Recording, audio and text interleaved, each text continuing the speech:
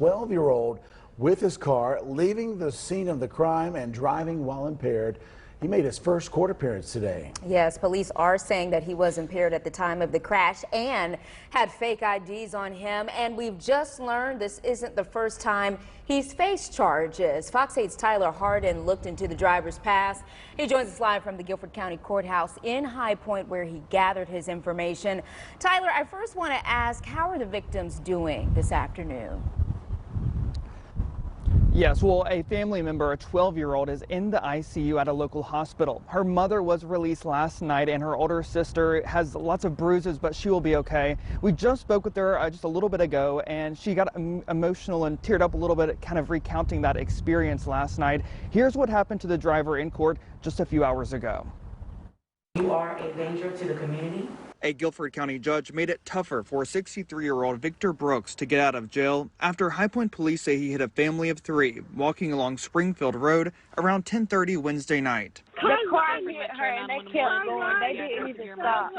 You had prior convictions for related offenses. Court documents reveal, in addition to the 3 counts of felony hit and run with injury and DWI related to this recent crash, he has 5 prior convictions, the latest, driving while impaired in Iredell County in 2020. There were several DWI convictions and OFAs out of South Carolina and Arizona. Brooks kept his hands on top of each other and looked directly into the camera during his court appearance. I went to the scene of the crash and found no sidewalks on either side of the road.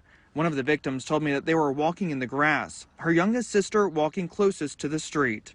Somebody just got hit by a car, and she laid on the ground. We don't know. It was 4 hours after police say Brooks hit the 3. They found his vehicle on Eastchester Drive around 2:15 in the morning. Investigators say there was damage to the car. They found one victim's hair in the windshield. The windshield's busted out of it. He's riding on flat tires. Court documents note Brooks was extremely intoxicated, refused test, and urinated on himself multiple times.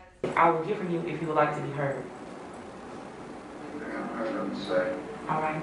Officers say Brooks had 3 fake IDs on him. When he was booked, he told them he was going to leave the state and never come back. Spoken to and about the ability to flee the state and the jurisdiction, which poses a hazard.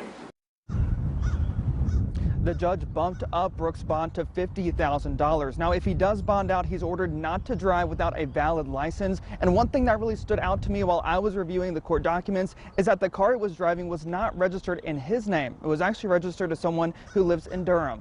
Live in High Point tonight, Tyler Hardin, Fox 8 News.